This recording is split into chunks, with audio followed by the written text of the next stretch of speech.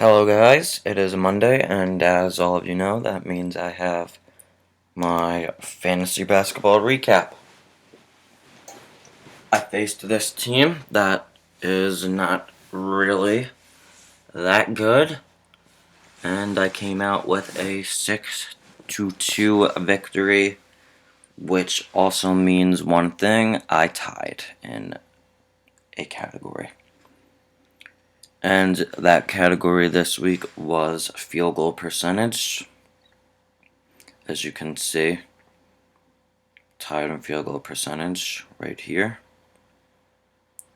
.479. And then I lost in my usual categories: free throws and turnovers. That's a big 91. It's a lot higher than it has been for most of the season.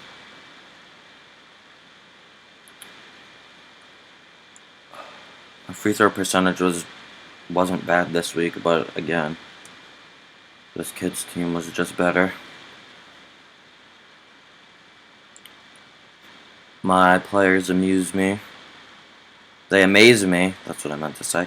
They amaze me every week with that three-point shooting ability. It's 50 this week. It's just high, always. Won by over 300 points. 302 to be exact, to the point. Won by 70 in rebounds. Won by 45 in assists. Won by 13 steals. And look at that. We got blocked this week. Won by 10 blocks. After last week's terrible performance in blocks. I think I only had 15 or 16 last week. Now, I will get into some of the stats for this week.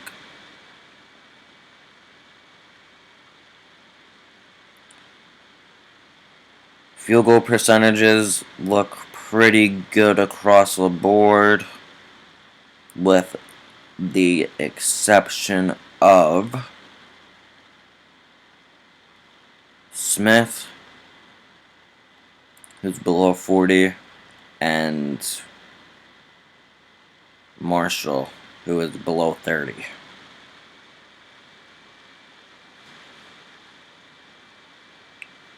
Butler, I only had him for one game, and I think he shot 1 for 3, or 2 for 6, something like that.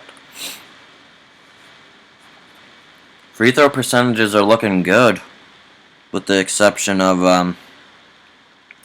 Mr. J.J. Hickson over here.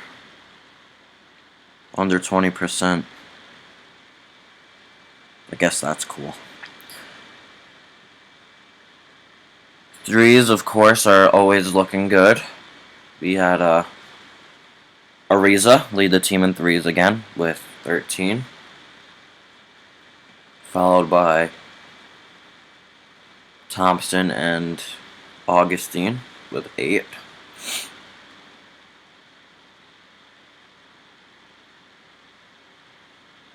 In points, I was led by Kevin Martin, who is good to have back from injury. Nice, healthy scoring those points with 78. And also DJ Augustine with 78. Glad I picked him back up.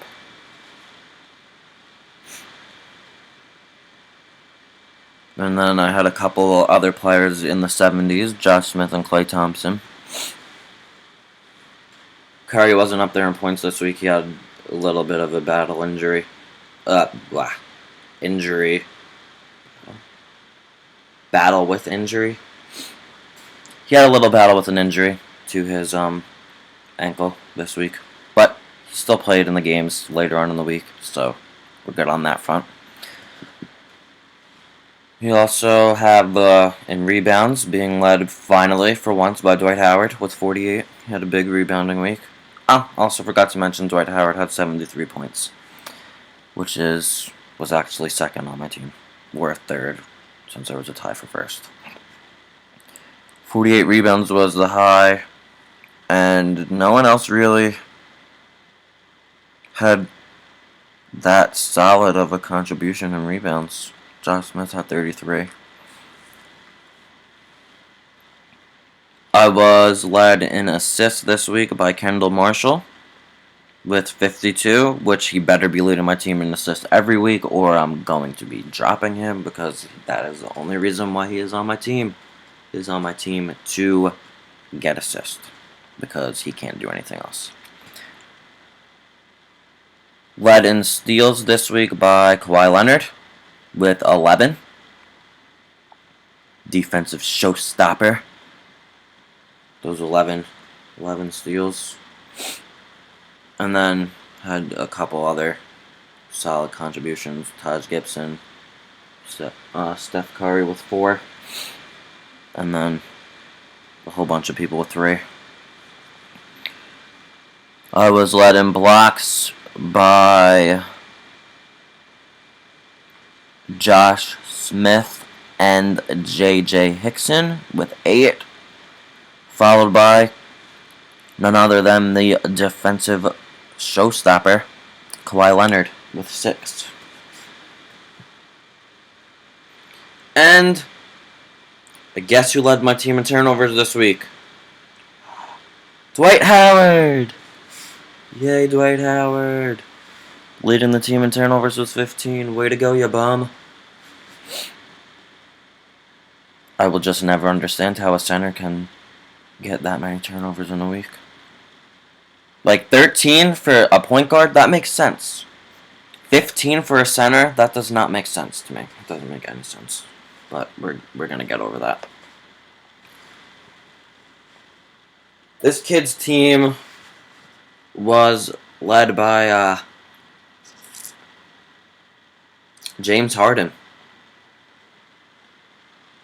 James Harden was also voted the Fantasy Player of the Week last week. So that makes, for me, 2 weeks in a row, beating the Fantasy Week, the week's best player in fantasy. Or the Fantasy Player of the Week. 2 weeks in a row I beat that. And this kid also had 3 injured players on his team, in his active roster. And he still has Steve Nash on his team, who isn't playing for the rest of the season. Clearly a sign of someone that is not paying attention. But that is probably why this kid is nowhere in the playoff hunt. Speaking of the playoff hunt, we're going to take a look at how that's looking right now.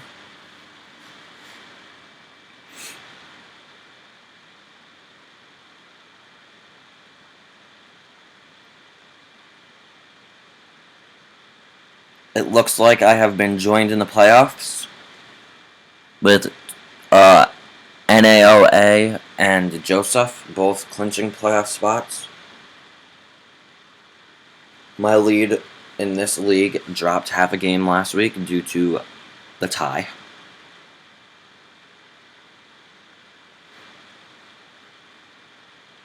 And AOA gained half a game on me, and Joseph gained a game and a half on me.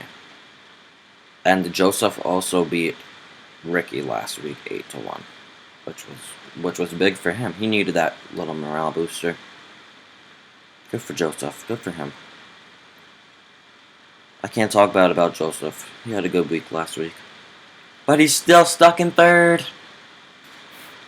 Only by half a game, though. So, this week, I play Muhammad. This week. And Muhammad is battling right now for that 6th and final playoff spot with the gold-blooded. Or potentially Muhammad even climbing up in the rankings and trying to get higher than the 6th seed. But we all know that Muhammad isn't going to beat me, so that's not going to happen. So anyway, what I'm thinking is I want gold-blooded in the playoffs because he's actually paying attention to the league right now. So I think he deserves it. So I'm going to try my absolute hardest to beat Muhammad, and then Gold-Blooded plays Avengers this week. Gold-Blooded to beat Avengers, and Gold-Blooded, we need to get you in the playoffs, man. You're paying attention right now. We need that. We need someone paying attention in the playoffs with me. So maybe I'll have some competition in the playoffs.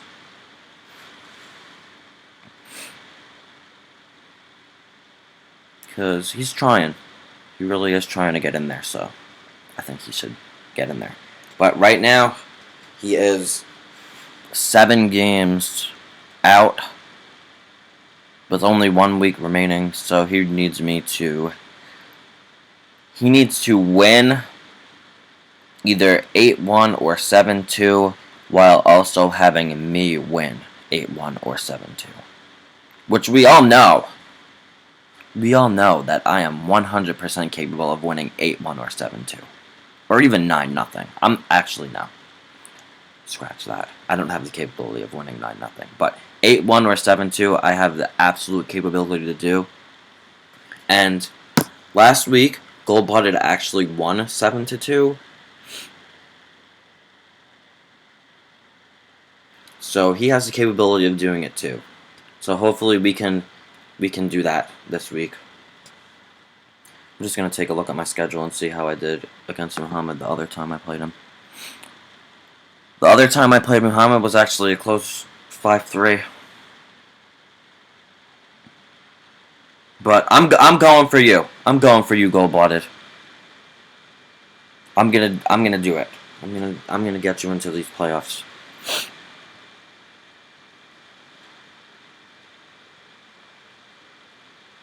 Back to my team, which is finally fully healthy.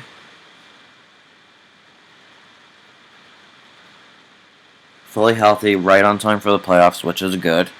I also, this past week, got rid of Reggie Jackson and picked up Caron Butler because Caron Butler is actually the person that has been benefiting the most from Cephalosha's injury.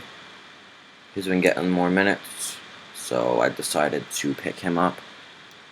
He is a little bit less versatile, per se, than Reggie Jackson, but since he's the one that is getting more minutes, I wanted him on my team.